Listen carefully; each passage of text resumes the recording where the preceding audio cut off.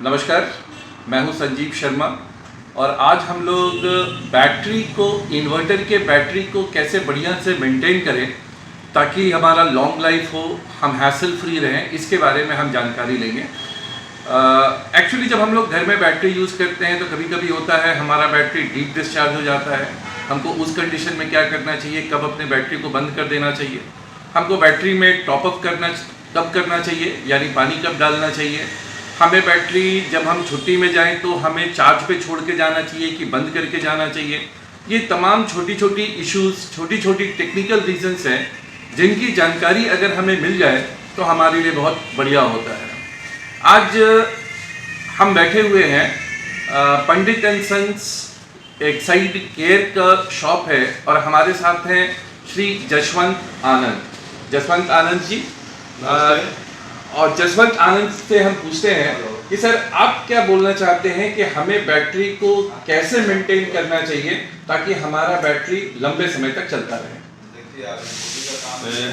धन्यवाद संजीव जी, आपने बहुत अच्छा मुद्दे को उठाया है जो आम पब्लिक के ज़रूरत के हिसाब का मुद्दा है।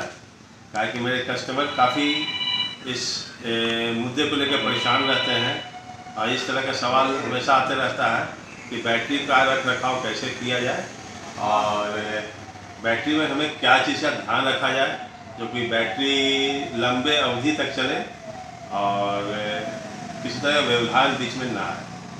तो पहला तो चीज़ कहेंगे कि पहला कोई भी चीज़ हम लोग रख रखाव करते हैं तो उसका साफ़ सफाई अत्यंत ज़रूरी है।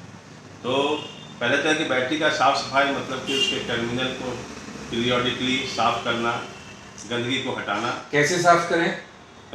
उसको साफ़ करने के लिए पहला है कि दोनों टर्मिनल, पॉजिटिव नेगेटिव टर्मिनल को खोलकर अच्छे से गर्म पानी से उसको साफ़ करना चाहिए। ऊपर में लगे हुए डस्ट को साफ़ करना चाहिए और 6 जो वेंट प्लग है, जो टॉपअप करने का जो वेंट प्लग है, मतलब कि ढक्कन है, उसको खोलकर उसका भी पानी से धुलाई करके और उसके बाद उसको लगाना चाहिए। सफाई के मामले में ये करना चाहिए और दोनों टर्मिनल में वैसलीन का उपयोग करना चाहिए। साफ़ करके उसमें वैसलीन लगाकर उसको कनेक्ट करना चाहिए। यहाँ तक साफ़ सफाई का बात है। अच्छा, जैसे कभी कभी होता है कि लाइन लंबे समय तक कट गया, हाँ। तो उस समय हमारा जैसे 4 पंखा चल रहा है और उस समय हमारा बैटरी आवाज़ करने लगा कि ये ओवरलोड हो गया है, अब बैटरी हमारा कम गया है। तो हम उस समय क्या करते हैं, एक पंखा को बंद करते हैं और 3 पंखा चलाते हैं, या 2 पंखा बंद कर देते हैं, 2 पंखा चलाते हैं। ये गलत है। ओवरलोड नहीं, ओवरलोड डिफरेंट चीज़ हो गया कि ओवरलोड मतलब हो गया कि आपका इन्वर्टर का पे उसका जो कैपेसिटी है उससे ज़्यादा लोड आना, तो ये अलग मुद्दा हो गया कि आपको लोड घटाना है। नहीं, हम लोग बोलना चाह रहे हैं जब ज़्यादा देर लाइन कट गया और मैं समझ गया आप कहना चाह रहे हैं कि बैटरी जब लो बताने लगे। हाँ, वो बैटरी डाउन हो जाता है तो लो बताने लगता है इन्वर्टर। उस समय आपको एक सिग्नल देता है इन्वर्टर, आवाज़ करने लगता है। उस समय मेरा सलाह यही है कि उसी समय आप इन्वर्टर को ऑफ कर दीजिए, ना कि उसका लोड घटा कर चलाइए। क्योंकि जितना लोड घटा के आप चलाएंगे बहुत ज़्यादा तो आपको सपोर्ट नहीं करेगा, मुश्किल से 15 मिनट से आधा घंटा लोड घटा कर चलेगा, लेकिन आपका बैटरी पूरा ड्रेन आउट हो जाएगा उसका करंट और वो बैटरी डीप डिस्चार्ज में चला जाएगा। और उस स्थिति में, डीप डिस्चार्ज की स्थिति में बैटरी का रिकवरी करना बड़ा मुश्किल होता है आपके इन्वर्टर से।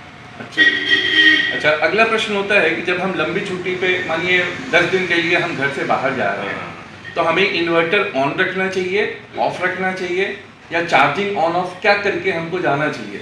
आप कभी भी घर से बाहर जा रहे हैं लंबे अवधि के लिए तो सिर्फ इन्वर्टर को ऑफ कीजिए, ना कि आप इन्वर्टर को ऑफ कर दिए और बिजली को भी ऑफ कर दिए। होता क्या है कि जब आप का इन्वर्टर बैटरी से कनेक्टेड है और वो ऑफ है तो वो कुछ न वो हल्का करंट यूज़ करते रहता है बैटरी का।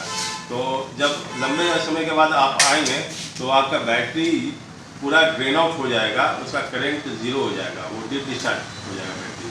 तो उस स्थिति में जब आप आएंगे तो आपका बैटरी इस्तेमाल करने लायक रहेगा नहीं। तो बेहतर है कि सिर्फ इन्वर्टर को ऑफ कीजिए, बाकी करंट को चालू रखिए कि बैटरी जब भी ज़रूरत हो तो बैकअप वो बैटरी चार्ज होता रहे।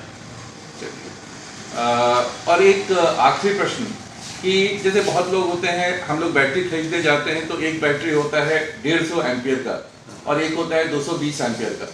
तो हमको कौन सा बैटरी लेना चाहिए और उसमें हमको किन किन बातों का ध्यान रखना चाहिए? देखिए, बैटरी एम्पियर के डिसाइड करने के लिए ज़रूरत है कि आपका ज़रूरत क्या है।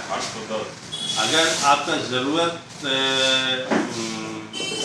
मतलब कि ज़्यादा लोड का है, मतलब कि आपको ज़्यादा पंखे चलाना है, ज़्यादा इक्विपमेंट अप्लायंसेस चलाना है, तो ज़्यादा एम्पियर का लेना चाहिए। अगर ज़्यादा ज़रूरत नहीं है, जैसे 2-3 पंखे का ज़रूरत है, लोग आजकल करते क्या है कि ज़्यादा बड़ा बैटरी लेने का शौक़ रखते हैं। लोगों के पास पैसा है कि हमको बड़ा से बड़ा बैटरी चाहिए, उनको ज़रूरत है 2 पंखे चलाने का, लेकिन बोलेंगे कि 260 का चाहिए, 300 का चाहिए, 220 का चाहिए। एक्चुअली उनको ज़रूरत है नहीं, लेकिन फिर भी लेते हैं।